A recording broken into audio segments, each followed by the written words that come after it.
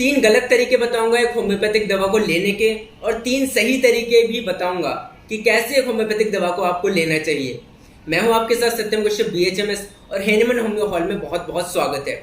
तीन ही तरीके की होम्योपैथिक दवा देखिए होम्योपैथी में ली जाती हैं।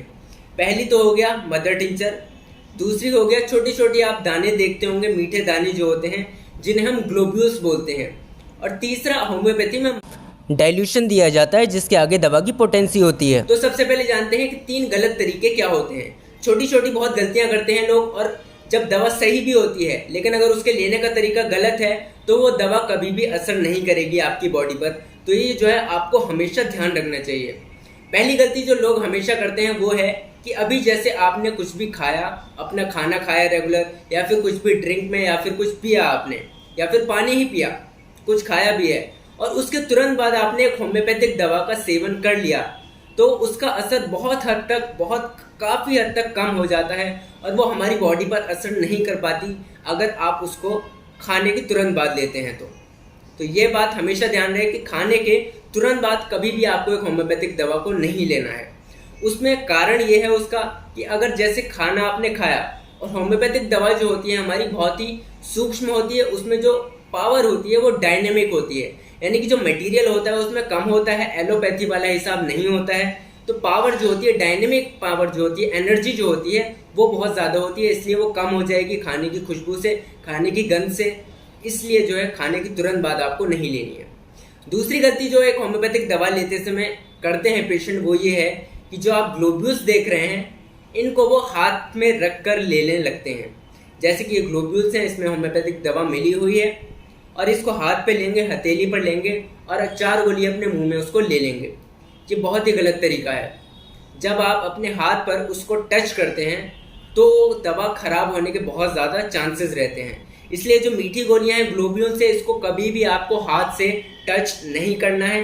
खराब होने का खतरा दवा का बहुत ही ज़्यादा बढ़ जाता है। जैसा कि मैंने पहले बताया कि इसकी एनर्जी बहुत ज़्यादा होती है, इसमें एनर्जी ज़्यादा होती है, इसलिए हाथ से कभी भी उसको ना छुएं।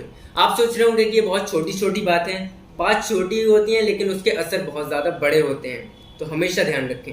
तीसरा तरीका जो हमेशा अपनाते हैं गलत है, जो कि खुशबूदार जगह पर अपनी एक होम्योपैथिक दवा को रख देना, जैसे कि परफ्यूम या फिर इत्र, या फिर खुशबूदार कमरे में इत्र के पास अपनी दवा को रख देना, तो उसकी खुशबू से भी खराब होने के चांसेस बहुत ज़्यादा रहते हैं होम्योपैथिक दवा के।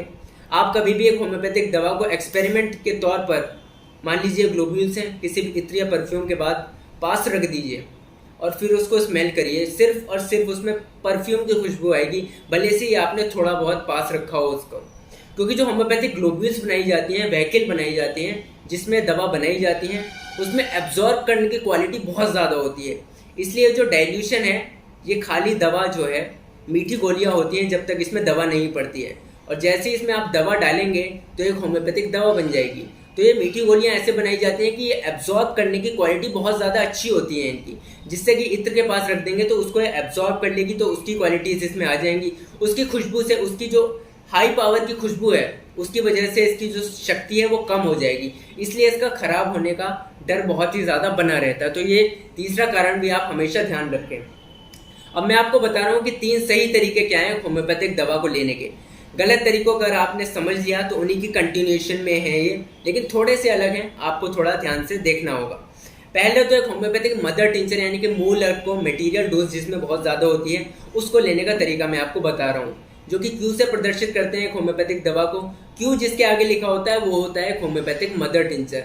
इसकी 2 से 3 बूंद नहीं ली जाती, कम से कम इसकी 10 से 15 बूंद ली जाती हैं। थोड़ा सा आधा कप पानी लेना है आपको, उसमें इसकी 10 से 15 बूंद डालनी है और पी जाना है, ठीक है।